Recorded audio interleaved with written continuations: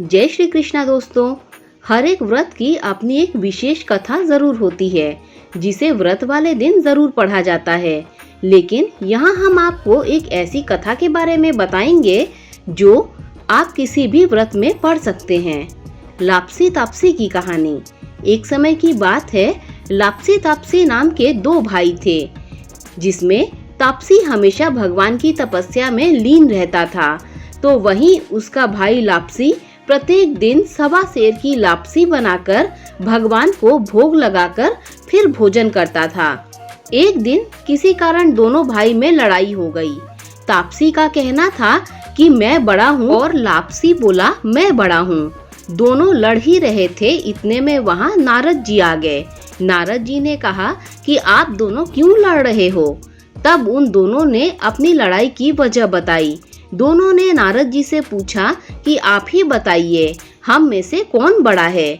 नारद जी ने कहा, अभी तो मैं जल्दी में हूँ, लेकिन इस बारे में मैं आपको जरूर बताऊंगा। इतना कहकर नारद जी चले गए। दूसरे दिन जब नारद जी आए तो उन्होंने एक एक कीमती अंगूठी दोनों के सामने रख दी।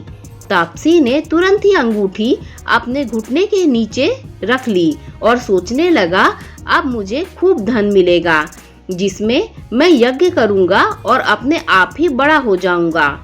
लाप्सी ने जब अंगूठी देखी तो सोचने लगा कि इसे अगर मैं अपने पास रखूंगा तो कोई भी आकर मेरी गर्दन काट देगा। ऐसा सोचकर लाप्सी ने वो अंगूठी फेंक दी। फिर नारद जी ने ताप्सी से पूछा कि तेरे घुटने के नीचे क्या है।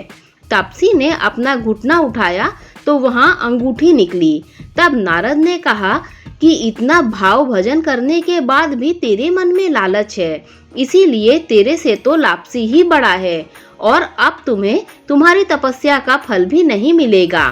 ताप्सी शर्मिंदा होकर माफी मांगने लगा। तब ताप्सी बोला, नारद देव जी, मेरी ये आदत कैसे छूटेगी और मेरा पाप कैसे उतरेगा, इसका कोई उपाय बताएं। तो नारद जी ने कहा कि कार्तिक महीने में जो स्त्रियां कार्तिक व्रत रखेंगी और अगर वे तुझे अपना पुण्य देंगी तभी यह पाप उतरेगा। ताप्सी ने कहा कि कोई स्त्री मुझे अपना फल क्यों देगी। तब नारद जी ने कहा कि अगर कोई गाय और कुत्ते की रोटी नहीं बनाएगा तो फल तुझे मिलेगा। अगर कोई व्यक्ति किसी ब्राह्मण को भोजन कराकर बिना दक्षिणा के ही उसको विदा कर देगा तो तुझे उसका फल मिलेगा। यदि कोई साड़ी के साथ ब्लाउज नहीं देगा तो इसका फल तुझे मिलेगा। यदि कोई व्यक्ति दीपक से दीपक जलाएगा तो भी फल तुझे मिलेगा। वहीं अगर कोई तुम्हारी कहानी नहीं सुनेगा तो भी फल तुम्हें मिलेगा। कहते हैं उसी दिन से हर व्रत कथा के बाद लाप्सी और ताप्सी की कहानी पढ़ना भी अनिवार्य हो गया। दोस्तों, अगर आपको ये कहानी अच्छी लगी हो तो लाइक शेयर सब्सक्राइब कीजिए।